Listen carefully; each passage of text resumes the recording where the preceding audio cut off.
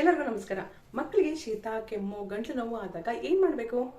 ನಾನು ಹೇಳೋತಾ ಮನೆಮದ್ದನ್ನ 6 ತಿಂಗಳು ಮಕ್ಕಳಿಂದನೂ ಯೂಸ್ ಮಾಡ್ಬೋದು. ನಾನು 4 ಎಲೆಗಳನ್ನ ಹೇಳ್ತೀನಿ. ಮೊದಲನೇದು ದೊಡ್ಡಪತ್ರೆ. ನೋಡಿ, ದೊಡ್ಡಪತ್ರೆ ಈಸಿಯಾಗಿ ಪಾಟಲ್ಲೇ ಬರುತ್ತೆ.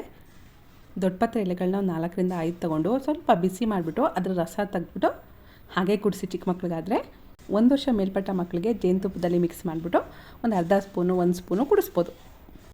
ನೆಕ್ಸ್ಟು ತುಳಸಿ ಎಲೆಗಳು. ತುಳಸಿ ಎಲೆನೂ ಅಷ್ಟೇ ಚೆನ್ನಾಗಿ ತೊಳೆದು ಬಿಸಿಯೇನು ಮಾಡಬೇಡಿ, ಹಾಗೆ ಜಜ್ಜಿಬಿಟ್ಟು ರಸ ತೆಗೆದ್ಬಿಟ್ಟು ಒಂದು 4-5 ಡ್ರಾಪ್ಸ್ ಆದರೆ ಚಿಕ್ಕ ಮಕ್ಕಳಿಗೆ ಸಾಕಾಗುತ್ತೆ. 1 ವರ್ಷದ ಮೇಲ್ಪಟ್ಟ ಮಕ್ಕಳಿಗಾದರೆ ಜೇನುತುಪ್ಪದಲ್ಲಿ ಮಿಕ್ಸ್ ಮಾಡಿಬಿಟ್ಟು ಕುಡಿಸಿ, ಒಂದು ಅರ್ಧ ಸ್ಪೂನ್ ಕುಡಿಸಿ ಸಾಕು.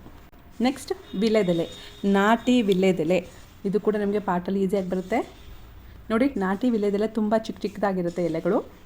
1 ಎಲೆ ತಗೊಳ್ಳಿ ಸಾಕು. ಅದನ್ನು ಚೆನ್ನಾಗಿ ತೊಳೆದು ಜಜ್ಜಿಬಿಟ್ಟು ರಸ ತೆಗೆದ್ಬಿಟ್ಟು ರಸನ ಕುಡಿಸಿ.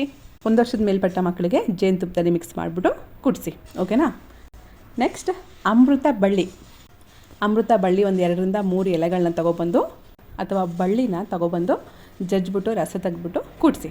ಈ 4 ಎಲೆಗಳನ್ನ ಸಪ್ರೇಟಾಗಿ ಬಳಸಿ ಅಥವಾ ಎಲ್ಲನೂ ಸೇರಿಸಿ ಕಷಾಯ ಮಾಡಿಸ್ಬಿಟ್ಟಾದರೂ ಕುಡಿಸ್ಬೋದು.